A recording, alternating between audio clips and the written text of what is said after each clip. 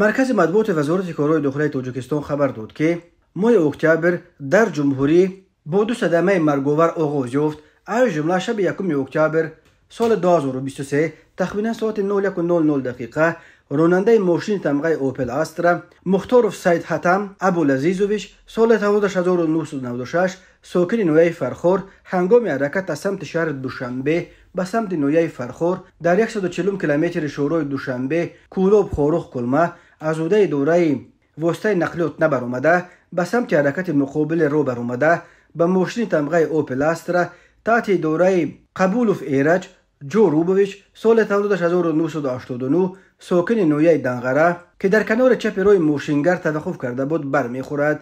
در نتیجه مسافر داخل ماشین تمغه اوپل استرا بوبویف رمضان سال تولدش 1989 و امیر خواجه‌اف شفقت سال تولدش 1998 ساکنان نویه ووسه به سلامتیشان جراحت‌های گوناگون جسمانی برداشته در بیمارخانه بستری می‌گردند. مسافر بوبویف بعد 3 ساعت در بیمارخانه جان داده است. همچنین 1 اکتبر سال 2023 تقریبا ساعت 13:00 دقیقه راننده ماشین تمغه مرسدس بنز میرزا خواجه‌اف عالمجان سال تولدش 1986 ساکن شهر دوشنبه به حجت رانندگی سمت شهر دوشنبه بختر در حدود جماعت دیهات آریانوی نویه کوشانیان از اوده دوره واسطه نقلیات نبرآمده به قسم قفوی ماشین تمغه اوپل استرا تحت اداره وارثوف بلجان سال تولدش 1989 ساکن نویه مذکور که در راه خود حرکت میکرد برخورده است. سپس ماشین میرزا خواجه‌اف به کنار چپ راه برآمده به نقلیات در کنار راه ایستاده تمغه مرسدس بنز که به محمد امینوف مرتضی